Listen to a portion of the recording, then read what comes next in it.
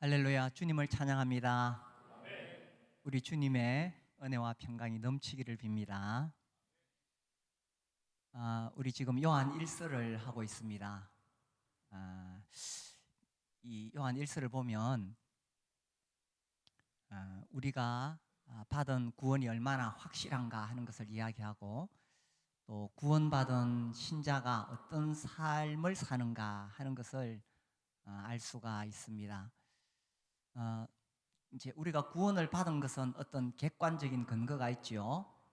주님이 우리를 위해 십자가에서 흘리신 보혈이 우리 구원의 근거가 됩니다. 그리고 하나님께서 약속의 말씀을 주셨지요. 하나님의 아들의 이름을 믿는 너희에게 이것을 쓴 것은 너희로 하여금 너희에게 영생이 있음을 알게 하려 함이라. 그래서 2000년 전에 흘려진 주님의 보혈의 능력과 또 이 약속의 말씀이 우리가 구원을 확신할 수 있는 근거가 됩니다. 그리고 이제 이 요한일서 오늘 우리가 2장에 들어왔는데, 2장을 읽어보면 이 구원받은 사람들에게서 자연스럽게 일어나는 것들을 말하고 있습니다. 첫 번째는 이제 하나님의 계명에 순종하게 되는데 형제를 사랑하게 된다. 두 번째는 세상을 사랑하지 않게 된다. 세 번째는 성육신하신 예수 그리스도를 알고 믿는다라는 거죠. 그래서 구원받은 신자에게는 그가 구원을 받았다 하는 이런 표지가 있다는 겁니다. 특별히 오늘 우리가 읽은 말씀에 사랑의 표지가 있다라는 거죠. 그래서 오늘 제가 이 사랑에 대해서 설교를 하려고 합니다. 형제 사랑에 대해서. 근데 이 제가 형제 사랑에 대해서 설교를 준비하면서 굉장히 마음에 부담이 됐어요. 제가 막 이 사랑이 철철 넘치면은 자신 있게 말씀을 전하겠는데, 제가 뭐 이렇게 막 이 따뜻하고 온하고 뭐 그런 성향이 아니잖아요. 우리 교회에 제가 어떤 형제님을 생각하면 정말 이 사랑이 넘친다는 걸 느낄 수가 있습니다. 막 멀리서도 보면은 달려와서 만면에 미소를 머금고 저와 악수를 하십니다. 그래서 그런 분들은 정말 이렇게 막 사랑이 넘친다는 것을 느낄 수가 있죠. 근데 뭐 저는 별로 그렇지는 못합니다. 지난주에 제가 아주 흥미롭게 읽었던 책이 있는데, 기브 앤 테이크라는 책이에요. 이렇게 사업하시는 분들이나 뭐 직장생활 하시는 분들에게도 아주 도움이 되겠어요. 신앙 서적은 아니에요. 거기 보면 이제 주는 사람 기버가 나오고, 또 받는 사람 테이크가 나오고, 또 이걸 이제 중간에서 주고받는 매처가 나오는데, 아무튼 이 테이크는 계속 받으려고만 하는 사람이죠. 그래서 제가 아내에게 물었습니다.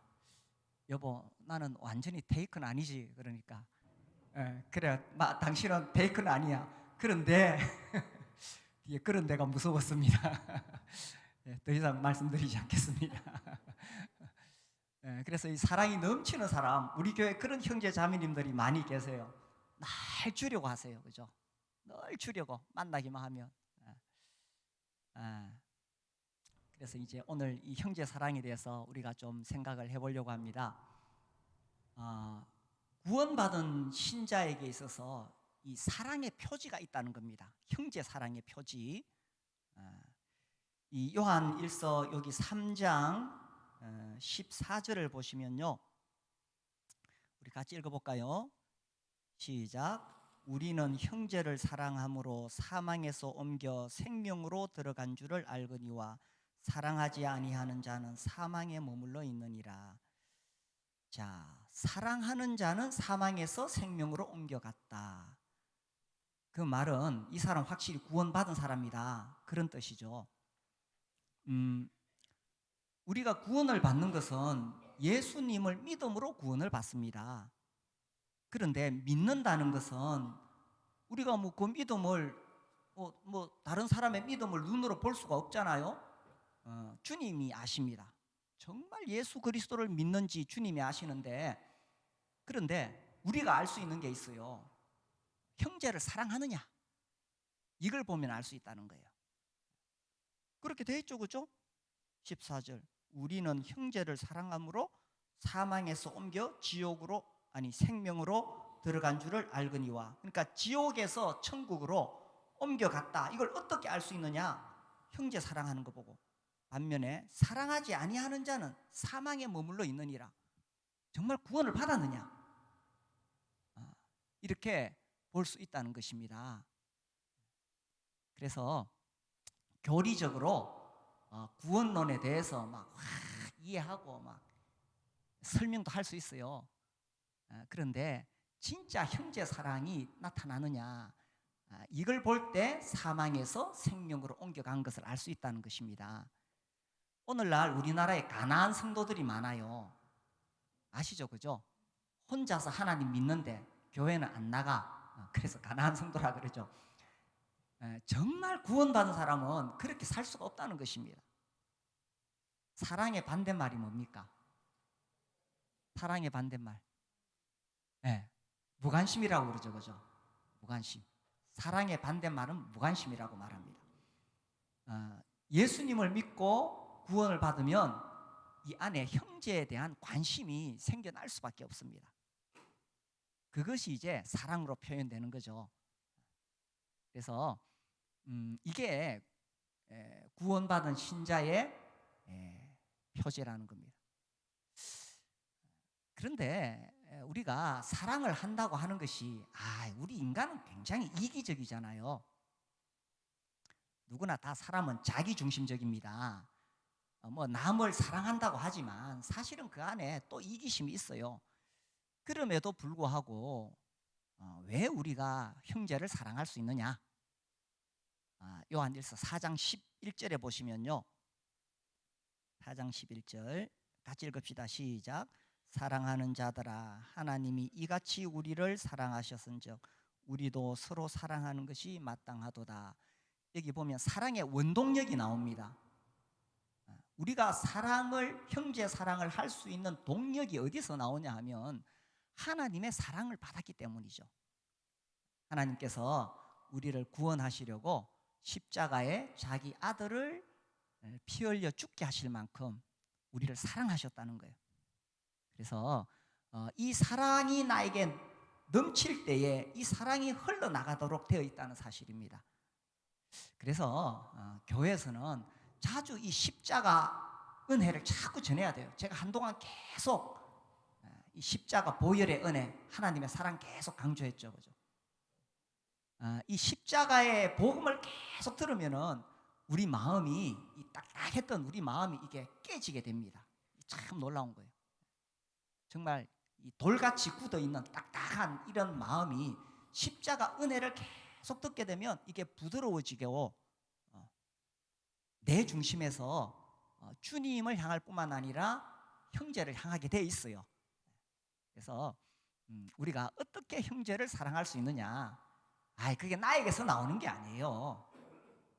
나에게서 나오는 것이 아니고 십자가의 은혜가 나에게 충만하게 될 때에 흘러나가게 된다는 것입니다.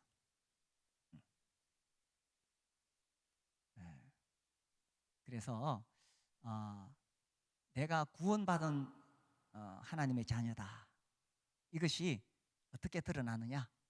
형제를 사랑함으로 사망에서 옮겨 생명으로 옮겨졌다라는 것입니다. 그 초대교회, 이제 예수님이 이 승천하시고 교회가 형성된 다음에 이 초대교회가 급속도로 성장하게 됩니다. 근데 그 성장하는 원인을 이제 여러 가지로 분석하는데 그 핵심에 뭐가 있냐 하면 형제에 대한 사랑이었습니다. 그래서 이제 2세기의 그 터툴리안의 보고서를 보면 세상 사람들이 그렇게 말했다는 거예요. 보라, 저들이 얼마나 서로 사랑하는가. 심지어 자기 목숨까지 내어줄 수 있는 준비가 되어 있다. 그래서 이제 세상 사람들이 예수 믿는 사람들을 보니까 그들이 얼마나 서로 사랑하는지, 이게 이제 그 사람들이 뭐 타고나기를 사랑이 많은 사람이 아니에요. 진짜 십자가의 은혜를 깨달은 사람들은 그렇게 될 수밖에 없다는 것입니다. 내가 구원받은 사실이 너무나 놀랐기 때문에 형제도 자매도 존귀한 주님의 자녀죠, 그죠? 그래서 아유, 참 나 같은 죄인을 주님이 구원하셨고, 저분도 정말 주님이 피 흘려 죽으신 정말 귀하신 형제님이야. 그러니까 그를 존귀하게 여기게 되고 사랑하게 되고, 그러니까 이제 교회 안에 막 이 형제 사랑이 넘치게 되는 거예요. 그것이 또 세상으로 흘러나가게 되고, 그래서 이 초대교회가 성장해 갔다는 겁니다. 그래서 우리 교회 안에서도 이런 형제 사랑이 넘치고, 그래서 우리가 정말 뜨겁게 사랑하고 그런 교회가 되었으면 좋겠습니다. 이제 이 요한을 사랑의 사도라고 그래요. 왜냐하면 요한복음이나 요한 1서에 보면 사랑에 대해서 굉장히 강조하거든요. 그런데 이제 이 요한 1서를 읽으면서 제가 아주 의외로 특이한 점을 발견했습니다. 사랑이라는 것은 아주 긍정적인 단어잖아요. 그래서 이제 사랑에 대해서 말씀하시는데 미움에 대해서도 아주 강하게 경고하십니다. 이게 좀 이렇게 제가 좀 의아했어요. 사랑이라고 아주 좋은 말씀만 하면 좋은데 미움에 대해서도 아주 강하게 경고해요. 오늘 읽은 본문도 보시면 이제 여기 이 9절에 이렇게 나오죠. 빛 가운데 있다 하면서 그 형제를 미워하는 자는 지금까지 어둠에 있는 자요, 그의 형제를 사랑하는 자는 빛 가운데 거하여 자기 속에 그리낌이 없으나 그의 형제를 미워하는 자는 어둠에 있고, 아주 강하게 나옵니다. 또 어둠에 행하며 갈 곳을 알지 못하나니 이는 그 어둠이 그의 눈을 멀게 하였습니다. 아주 강하게 나오죠, 그죠? 그래, 야, 이 형제를 미워하는 것이 얼마나 무서운 것인가 아주 강하게 이야기합니다. 뿐만 아니라 우리 잘 아는 3장 15절 말씀을 보세요. 여기는 더 강하게 이야기합니다. 같이 읽어볼까요? 시작. 그 형제를 미워하는 자마다 살인하는 자니 살인하는 자마다 영생이 그 속에 거하지 아니하는 것을 너희가 아는 바라. 형제를 미워하는 것은 살인하는 것과 같다. 그리고 살인하는 자는 영생이 그 속에 거하지 않는다. 이 말은 구원받지 않았다는 말이잖아요. 굉장히 강한 메시지죠.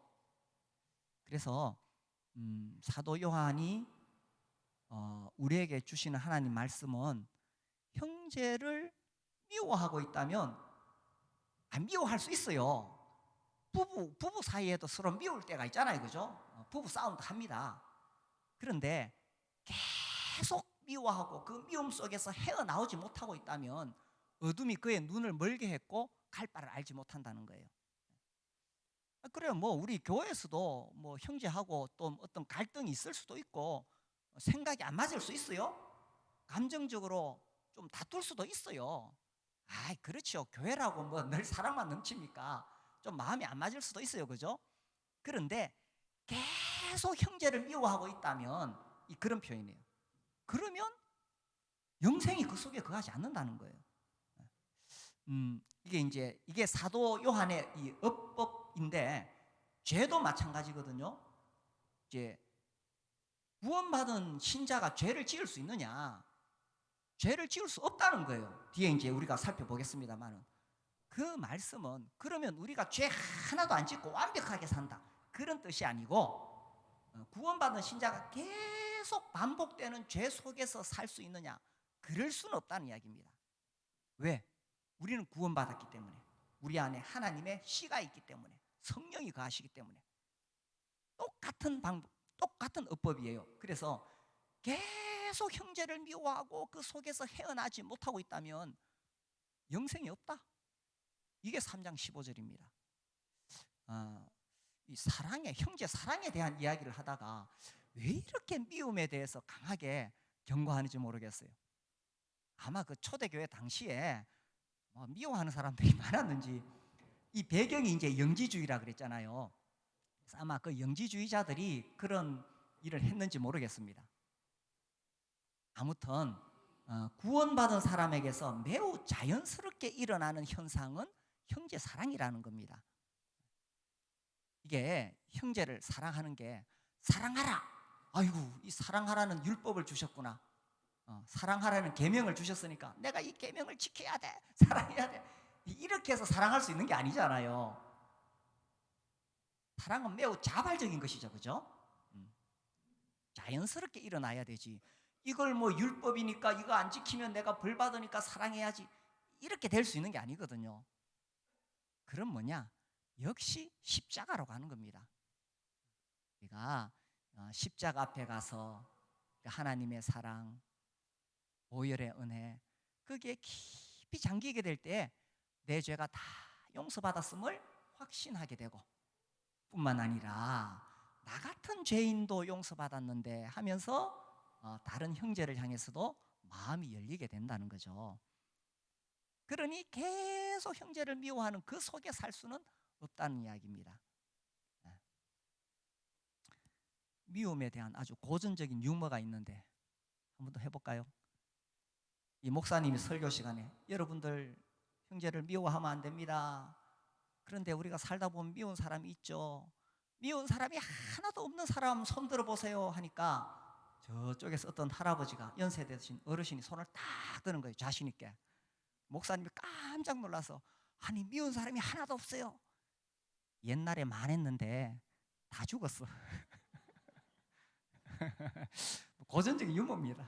웃어주셔서 감사합니다. 오래 살다 보면 미운 사람이 안 생기나 봐요.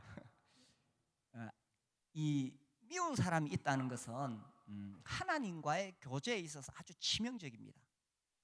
우리 오늘 읽었던 말씀에 그 2장 10절에 그의 형제를 사랑하는 자는 빛 가운데 거하여 자기 속에 거리낌이 없으나, 형제를 사랑하면 거리낌이 없는데 형제를 미워하면 거리낌이 생겨요. 거리낌. 야, 이게 참 이제 요한 1서를 기록한 목적을 우리가 살펴봤죠.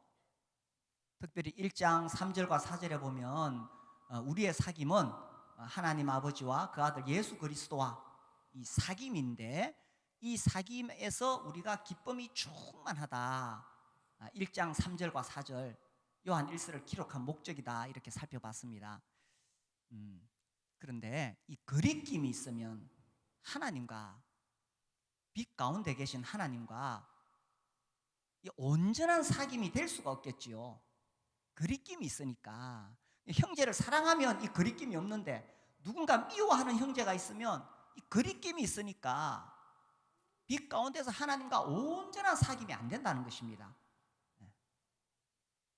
그래서 이 거리낌이 없을 때, 그러니까 형제를 사랑할 때 하나님과 온전한 사귐이 이루어질 수 있다는 거예요.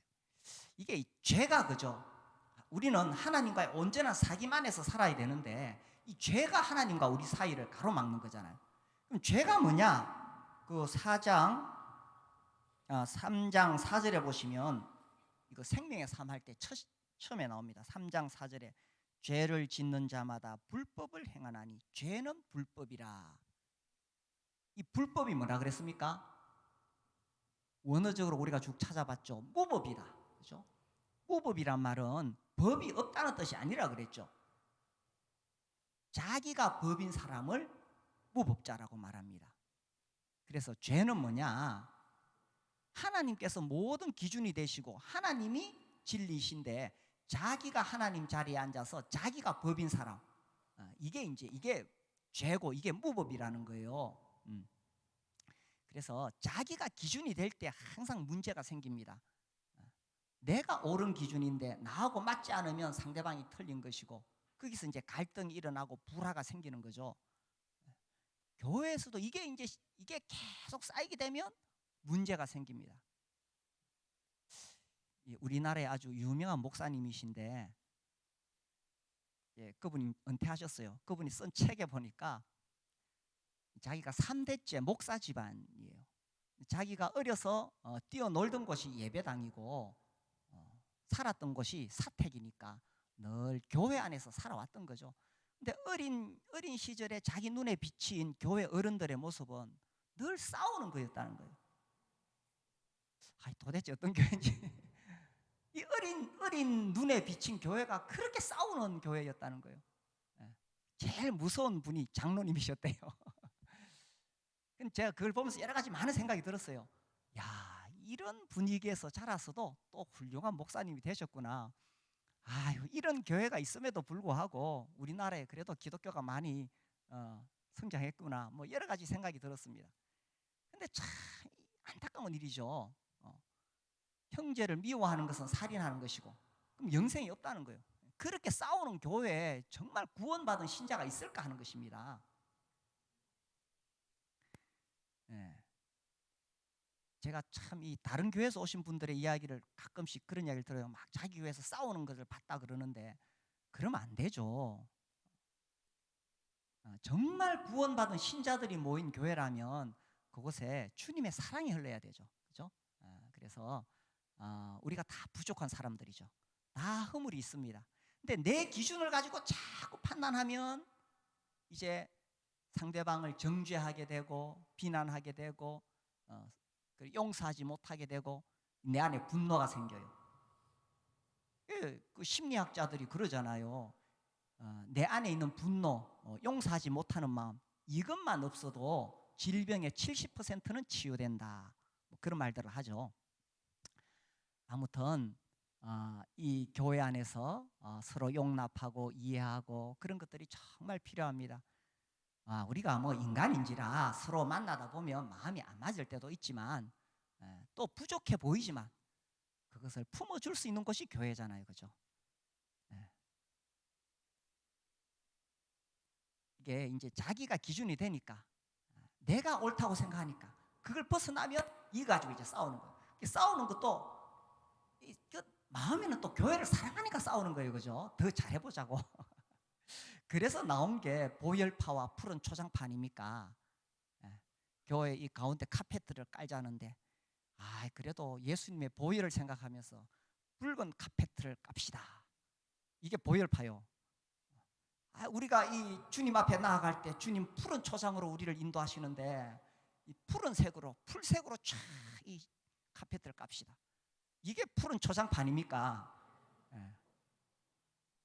그래, 이 교인들이 잘해보려고 다 다투니까 목사님이 가셔서 그러셨대요. 여러분, 우리 너무 잘하려고 하지 맙시다. 그냥 보통으로 합시다. 보통으로 하고 싸우지만 맙시다. 이게 좀 웃기는 이야기 같지만 이게 사실이에요. 그죠? 우리가 보통으로 하고 서로 사랑하는 것을 주님이 훨씬 더 기뻐하세요.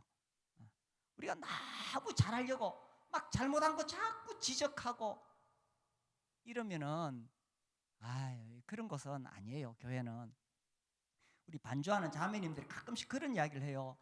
자기 너무 떨린대. 특히 예배 시간에 갑자기 모르는 찬송가를 선택했을 때 우리 형제님들 좀 조심하세요. 갑자기 모르는 곡 하고 싶으면 미리 이야기를 하세요. 요거 하고 싶다고. 그러면 막 떨리는데 틀려도 괜찮아요. 그죠?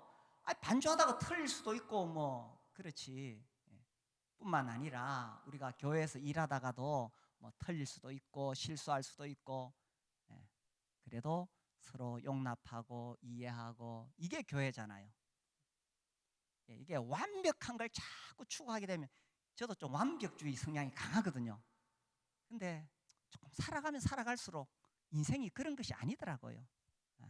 그런 게 아니고 나도 부족하고 다른 사람도 부족하고 다만 우리가 주님의 은혜로 살아가는데 서로 용납하고 이해하고 이게 형제 사랑이겠지요.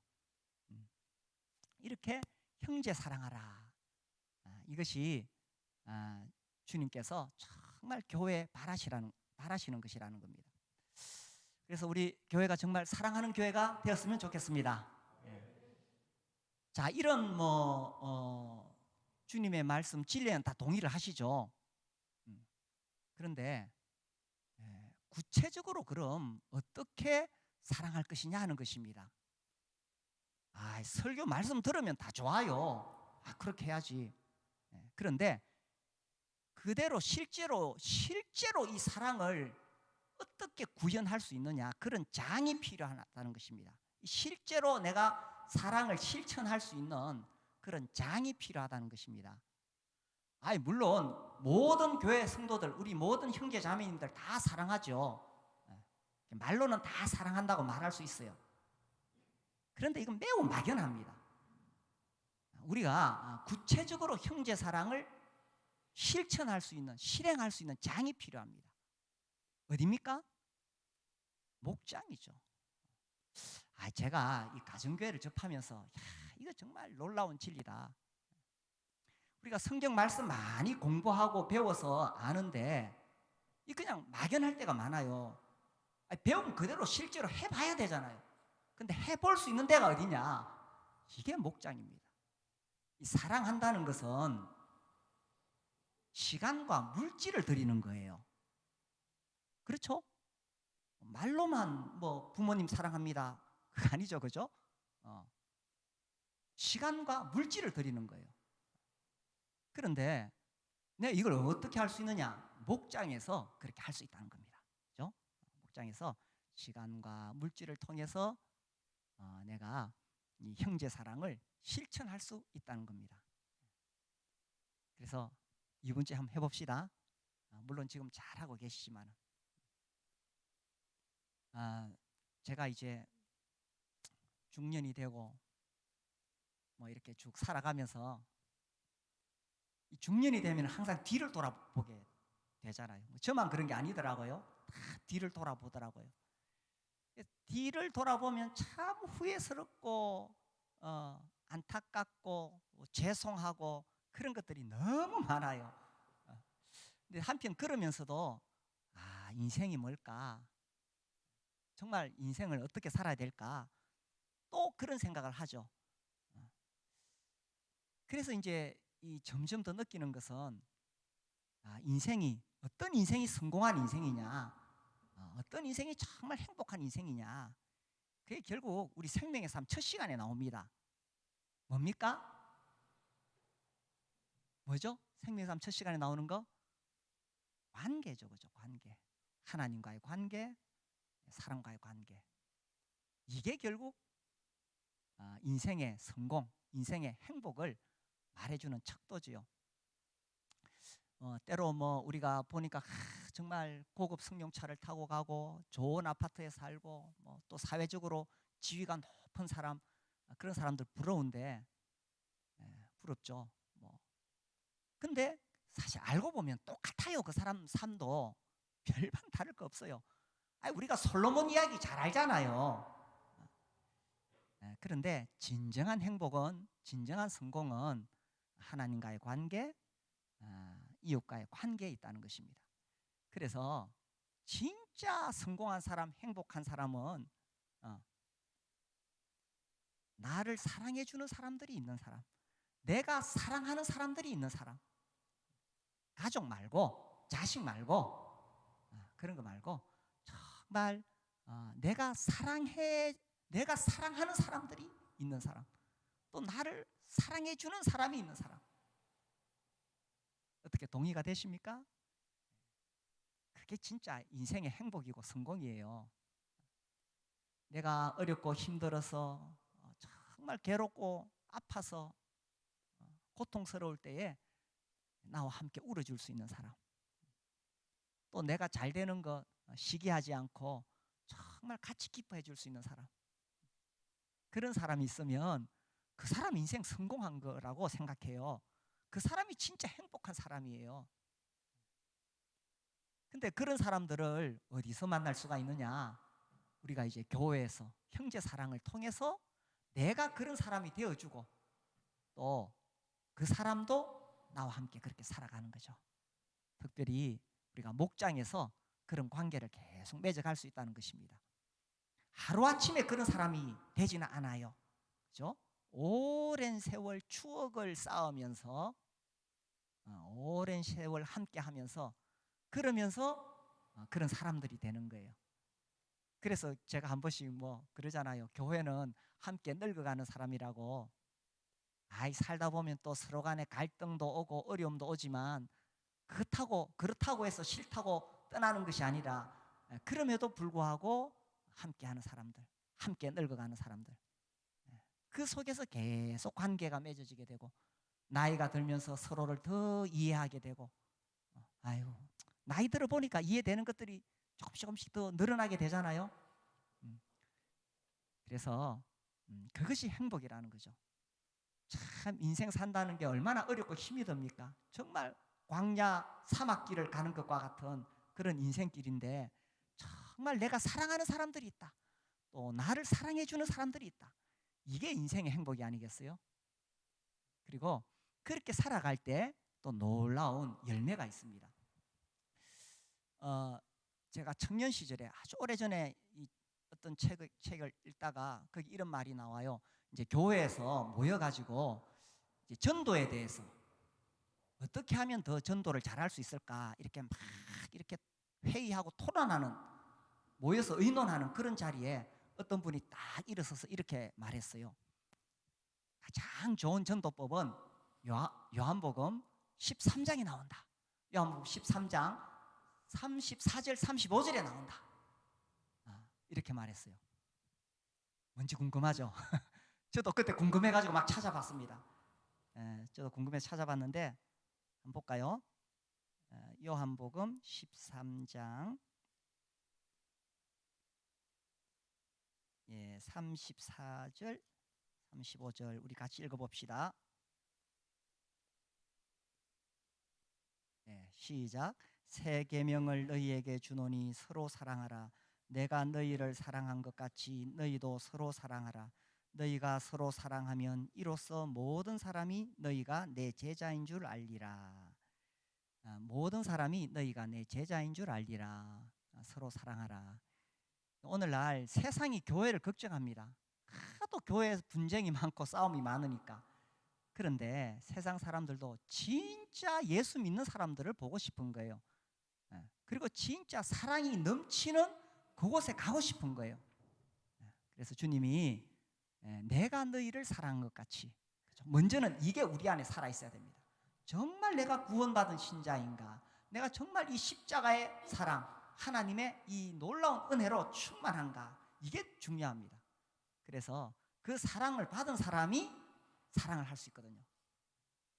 그러면 너희가 내 제자인 줄 알리라. 그렇죠. 우리가 정말 서로 사랑하는 교회가 되고 사랑하는 목장이 되면은 이걸 보고 세상 사람들이, 믿지 않는 사람들이 여기에 오게 됩니다. 그래서 정말 사랑이 넘치는 목장에 새로운 영혼들이 연결이 되어지고 예수님 믿게 됩니다.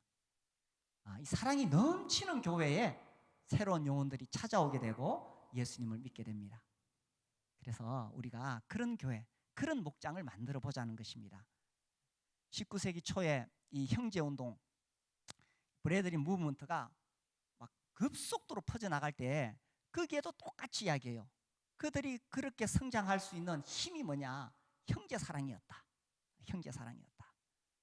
그래서 이제 그 당시의 모습을 이제 거기서 나왔던 뉴턴이라는 사람이 있는데 이 사람이 이제 그 형제들의 모임에 대해서 아주 막 약간 비꼬는 듯이 이렇게 말했어요.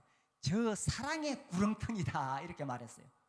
그 형제들이 늘 함께 모였고 함께 밥을 먹고 함께 삶을 나누고 함께 성경 공부하고 함께 기도하고 늘 함께 하니까 저 사랑의 구렁텅이라고 이렇게 약간 비꼬듯이 말했어요. 근데 그 사랑의 구렁텅이가 될 때 그 안에 새로운 생명이 또 맺히게 된다는 것입니다.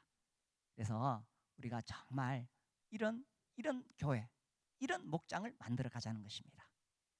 그래서 형제 사랑이 충만한 그런 교회가 되기를 바랍니다.